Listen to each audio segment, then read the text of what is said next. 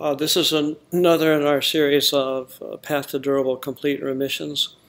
And this time we're going to be talking about Lupron and the related drugs versus Firmagon.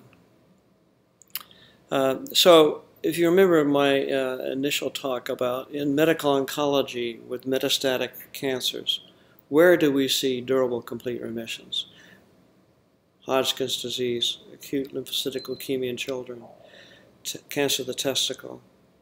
In these examples, an important factor is speed to complete remission.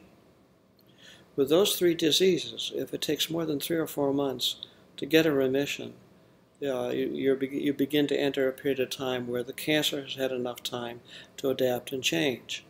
And so success begins to fade. Now those cancers are more genetically unstable, they change more rapidly. Prostate cancer gives us a little more room, but I don't know of an example where durable complete remissions occur in a disease where speed is not important. So Firmagon has a huge advantage over Lupron, Eligard, Trailstar, Zoladex in terms of speed.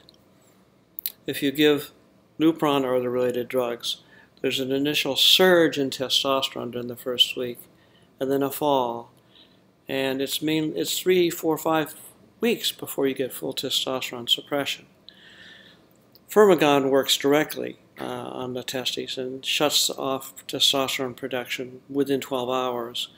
And within 24 hours, you can see a PSA decline.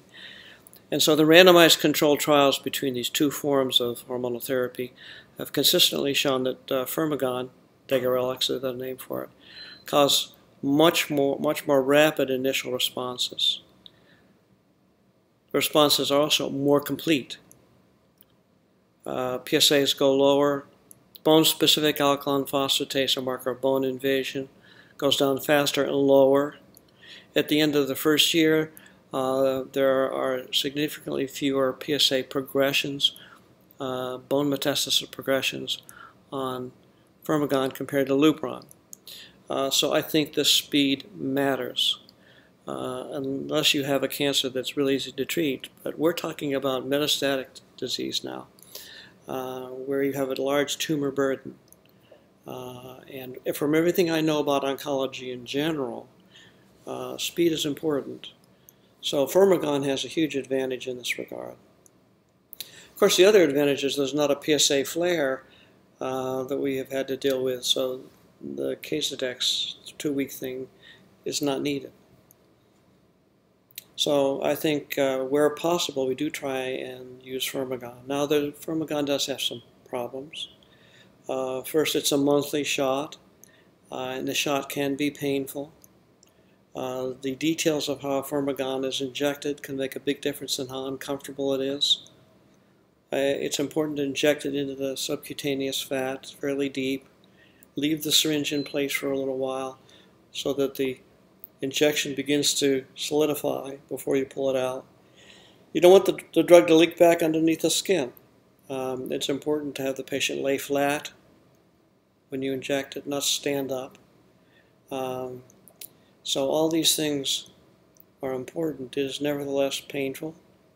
Some people get allergic reactions. So not a perfect drug. Every drug has problems.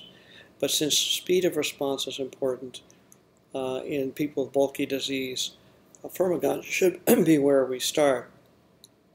And I do believe the advantages of Firmagon won't be truly apparent until it's combined with other things, because while the responses are deeper and better compared to Lupron, you still have the problems of resistance we talked about.